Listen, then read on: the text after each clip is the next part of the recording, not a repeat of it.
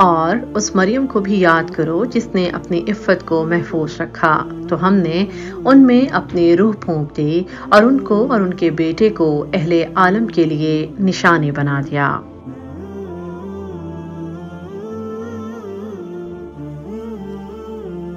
حضرت عیسیٰ علیہ السلام اللہ کے بندے اور اس کے رسول ہیں۔ آپ علیہ السلام بنی اسرائیل کے آخری نبی ہیں، جس طرح بنی نوح انسانی کے سب پیغمبروں اور رسولوں میں حضرت محمد مصطفیٰ صلی اللہ علیہ وآلہ وسلم آخری رسول ہیں۔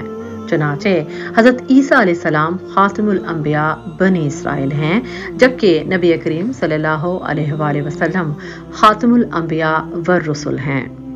قرآن کریم کبھی آپ علیہ السلام کو مسیح کے لقب سے پکارتا ہے اور کبھی عیسیٰ کے لفظ سے۔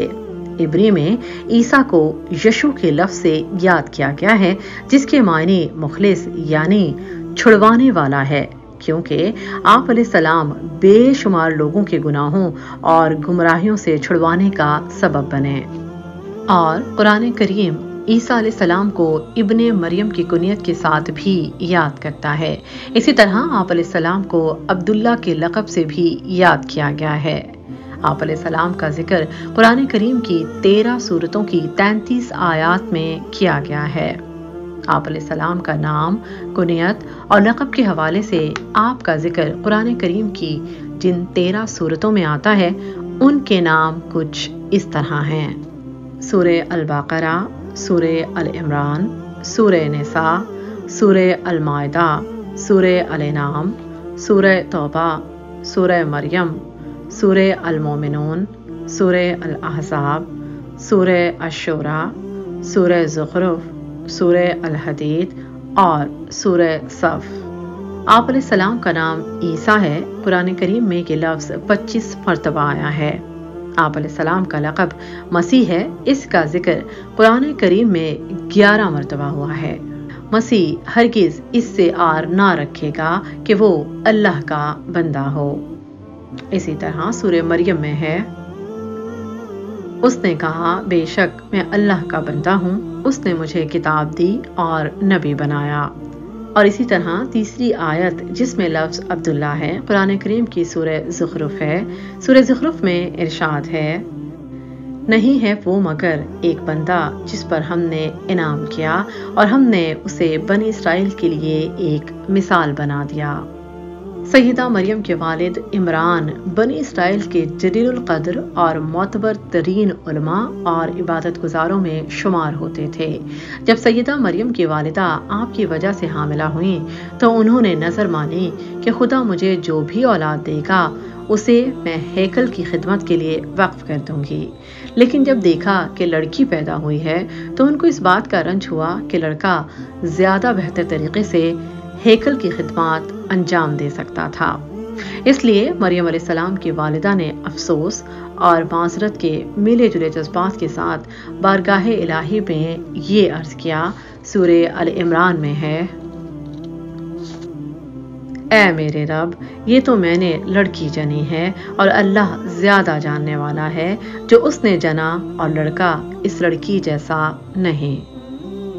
اور پھر فرمایا سورہ العمران میں ہے: اور بے شک میں نے اس کا نام مریم رکھا ہے، اور بے شک میں اسے اور اس کی اولاد کو شیطان مردود سے تیری پناہ میں دیتی ہوں۔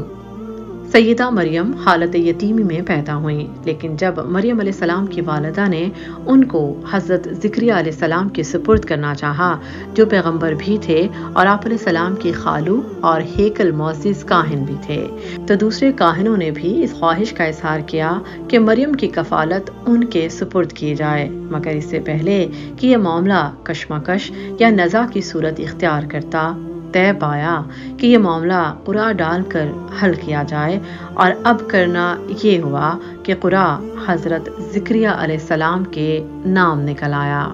اس بارے میں سورہ العمران میں ارشاد باری تعالیٰ ہے: پس اسے اس کے پروردگار نے اچھی طرح قبول فرمایا اور اسے بہترین پرورش دی، اس کی خیر خبر لینے والا زکریا کو بنایا۔ چنانچہ زکریا علیہ السلام حضرت مریم علیہ السلام کے سرپرست تسلیم کر لیے گئے۔ یہ ان کا شرع حق بھی تھا اور قرآن دازی کے ذریعے بھی یہ حق ثابت ہوا۔ اس بارے میں مزید سورہ ال عمران میں ارشاد ہے، جب کبھی زکریا ان کے حجرے میں جاتے، ان کے پاس روزی رکھی ہوئی پاتے، وہ پوچھتے، مریم یہ روزی تمہارے پاس کہاں سے آئی؟ ان کا سوال سن کر حضرت مریم علیہ السلام جواب دیتی، سورہ ال عمران میں ہے، وہ جواب دیتی کہ یہ اللہ کے پاس سے ہے، بے شک اللہ تعالیٰ جسے چاہے بے حساب روزی دے۔ مفسرین فرماتے ہیں کہ حضرت زکریا علیہ السلام نے مریم علیہ السلام کے لیے مسجد میں ایک جگہ مقرر کر دی تھی جہاں ان کے سوا کوئی نہیں جاتا تھا۔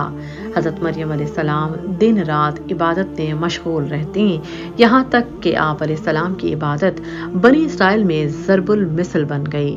سیدہ مریم کی شریفانہ عادات اور عمدہ صفات مشہور ہو گئیں۔ اللہ تعالیٰ نے حضرت مریم علیہ السلام کو پاک کر کے اپنا برگزیدہ بنا لیا اور انہیں عورتوں میں سے منتخب فرما کر حضرت عیسیٰ علیہ السلام کی خوشخبری دے دی۔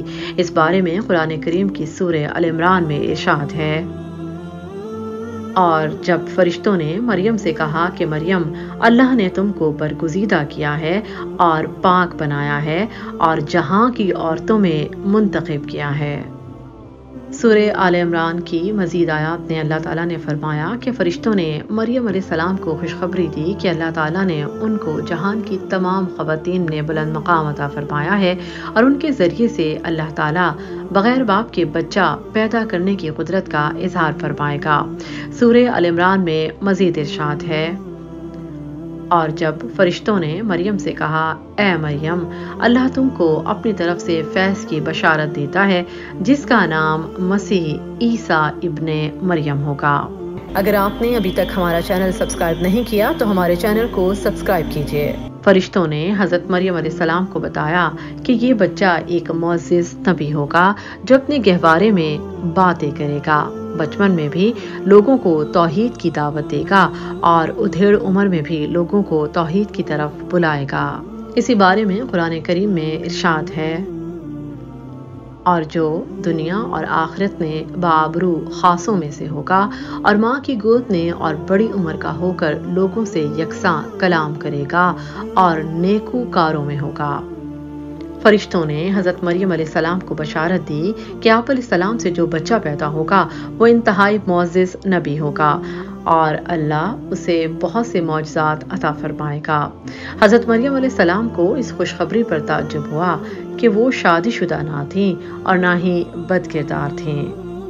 اس بارے میں سورہ ال عمران میں ارشاد ہے، مریم نے کہا، پروردگار میرے ہاں بچہ کیسے ہوگا کہ کسی انسان نے مجھے ہاتھ تو لگایا نہیں۔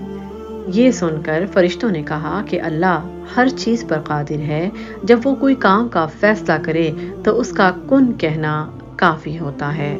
اس بارے میں سورہ ال عمران میں ہے، فرمایا کہ اللہ اسی طرح جو چاہتا ہے پیدا کرتا ہے، جب وہ کوئی کام کرنا چاہتا ہے تو ارشاد فرما دیتا ہے کہ ہو جا تو وہ ہو جاتا ہے۔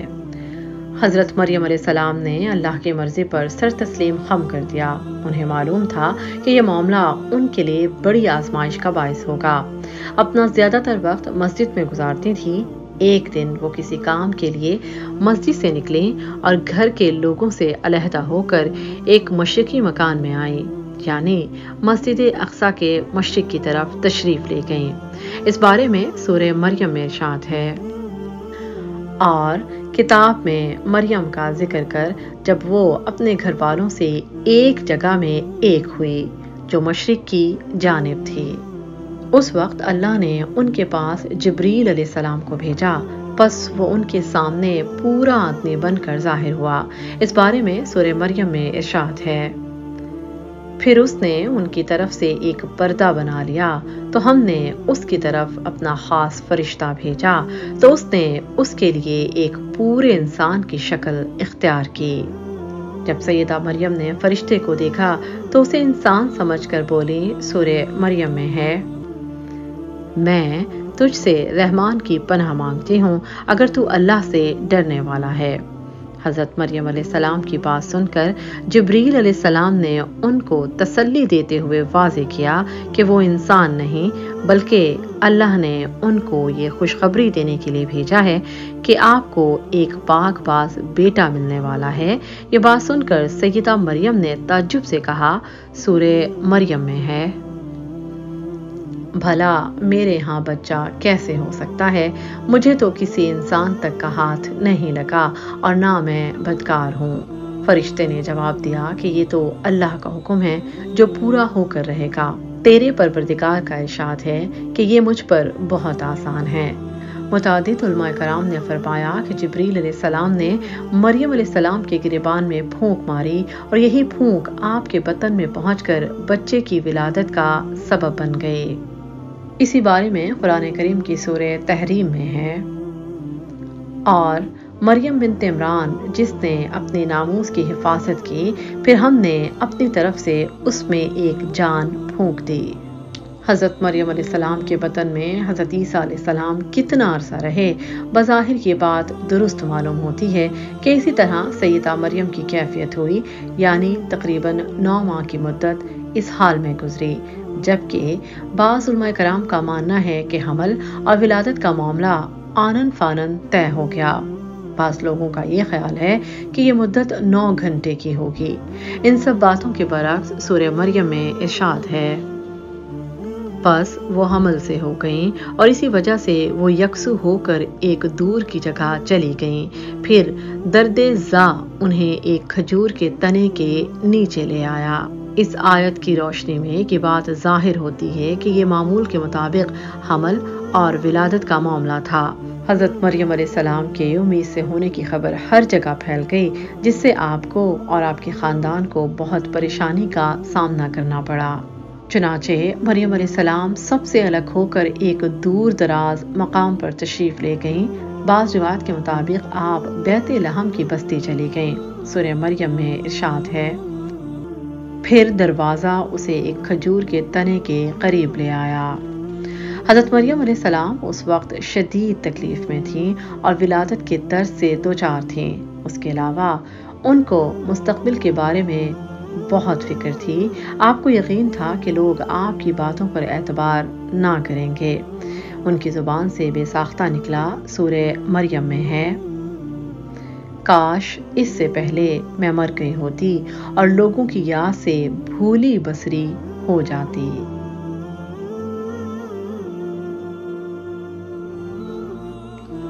حضرت عیسیٰ علیہ السلام کی کہانی کا دوسرا حصہ بہت جلد ہمارے YouTube چینل پر نشر کیا جائے گا۔ شکریہ۔